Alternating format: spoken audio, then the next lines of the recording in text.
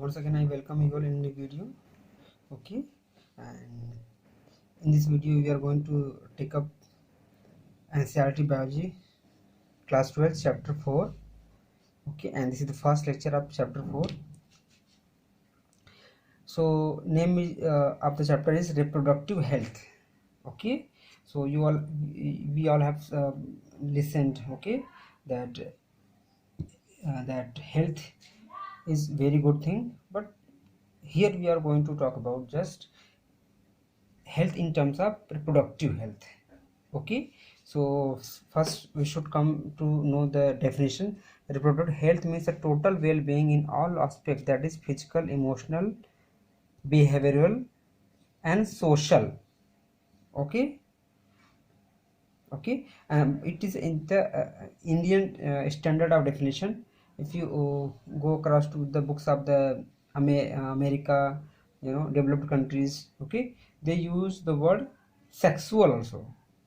Okay, but we have to follow Indian standard. So next point is the family planning. A program was initiated as early as 1951.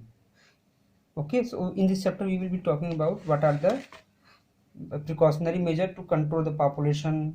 Okay, what are the measures to give good health to the mother also, and the fetus also, we can say. Yeah, we can say newly born baby.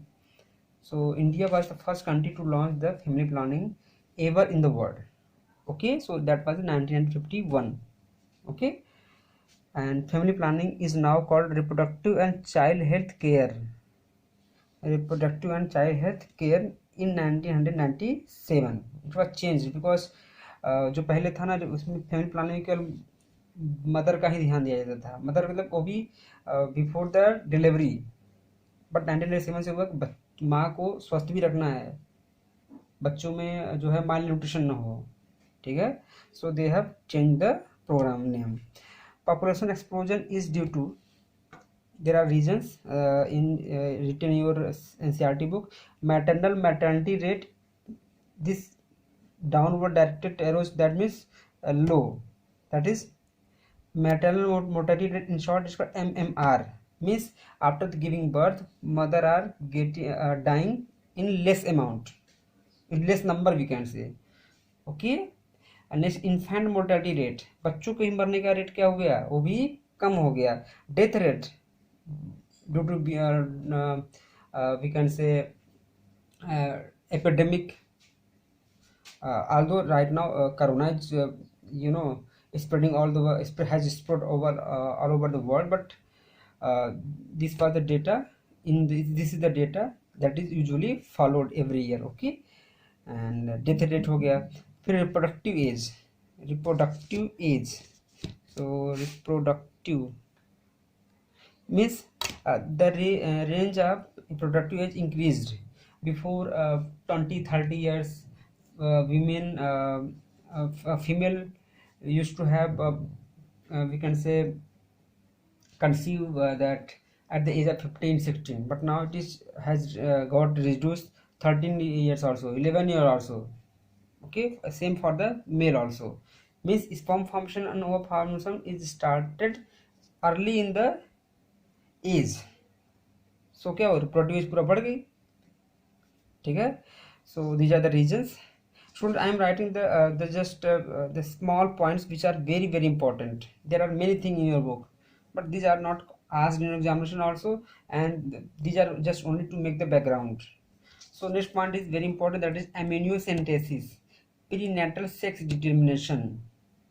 Okay, and prenatal sex determines जन्म के पहले ही, before the birth, person should come to know the gender, या we can say sex of the fetus male है कि female, इसको जान लेना. ठीक है, prenatal means जन्म से पहले. So it is a technique in which the sex of developing fetus is determined. Okay, we can say not determined, it is come to know. Okay, on the basis of chromosomal pattern.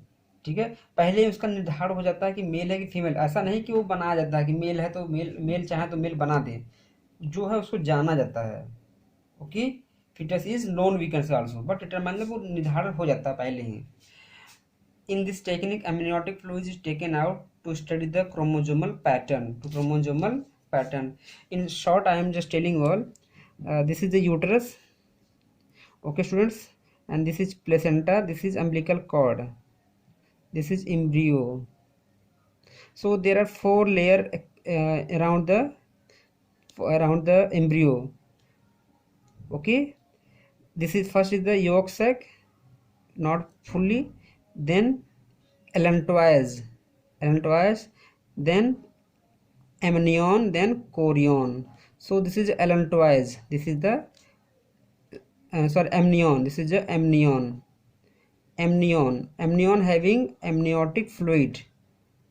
Amnion के पास क्या होती है, amniotic fluid, जो कि उसी fluid पे क्या होती है, some cells of the embryo get detach and they are remain into the amniotic fluid.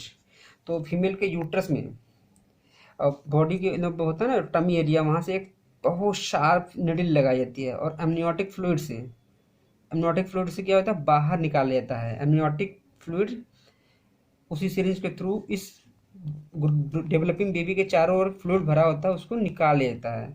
निकालने के बाद उसमें क्या होती हैं, सेल्स क्या होती हैं, एम्ब्रियो के सेल्स होते हैं, उसी सेल्स का स्टडी किया जाता है।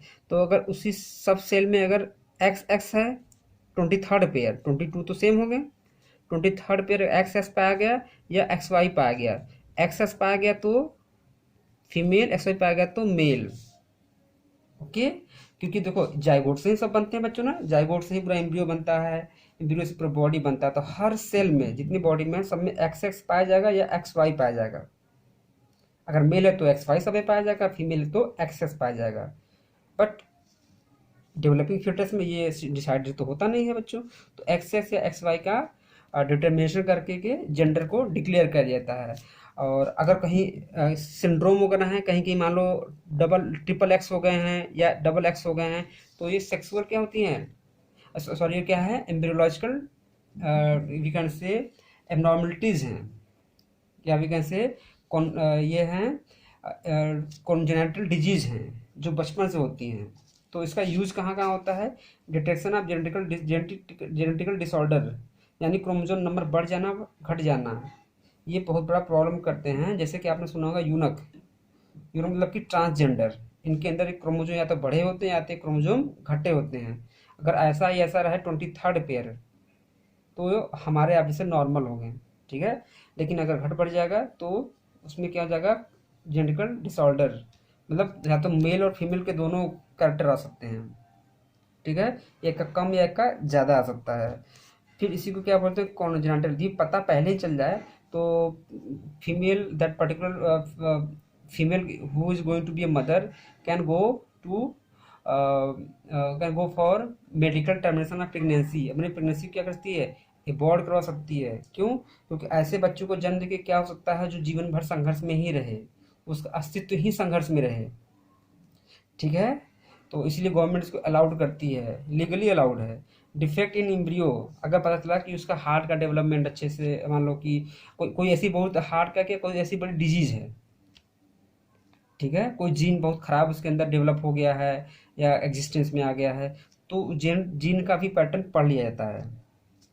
अब फ्यूचर में चल के मान लो उसको थैलेसीमिया होने वाला है, या हम कहें कि उसको जो है कोई ब्लू बेबी सिंड्रोम एक आता है, या उसके हार्ट में बहुत बड़ा छेद हो गया है, तो 3 महीने के अंदर वो she can go for abortion for the fetus, ठीक है। अब क्या हुआ, इसका मिसयूज़ किया गया है, सबसे बड़ा ड्रॉबैक इसका है मिसयूज। तो इसमें क्या करते हैं, अगर देख लेते हैं कुछ लोग फीमेल हैं कि फिटस फीमेल है तो they can go for abortion, although it is banned in India, it has been banned in India, but still people are there who are just keeping their mind that I should have only male child, ठीक है। तो इससे क्या हो रहा है problem, कि अगर जेंडर जान जाते हैं तो क्या होता है, फीमेल फेटिसाइड मतलब कि जो अगर एम्ब्रियो फीमेल है, ठीक है, अगर एम्ब्रियो फीमेल का है तो क्या करते हैं, दे गो फॉर अबॉर्शन।